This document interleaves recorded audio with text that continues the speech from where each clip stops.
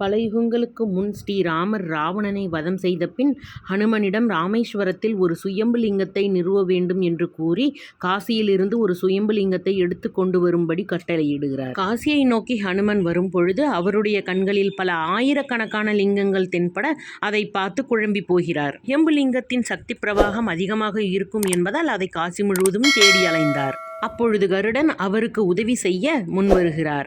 இதுதான் நீங்கள் தேடுகின்ற சுயம்புலிங்கம் என்று ஹனுமனுக்கு புரிய வைப்பதற்காக ஒரு சுயம்பு லிங்கத்துக்கு மேலாக மேல் நோக்கி வட்டமடித்து கத்திக்கொண்டே வலம் வந்து கொண்டிருந்தார். அதே போல பல்லியும் அந்த சுயம்புலிங்கம் இருக்கின்ற திசையை பார்த்து கத்தி காட்டி கொடுத்தது. இருவருக்கும் நன்றியை தெரிவித்துவிட்டு சுயம்புலிங்கத்தை எடுத்துக்கொண்டு புறப்பட்டார் ஹனுமன். ஆனால் காசியின் காவல் தெய்வமாக நிற்கும் கால பைரவரை தாண்டி யாரும் காசியை விட்டு எதுவும் வெளியில் எடுத்துச் செல்ல முடியாது.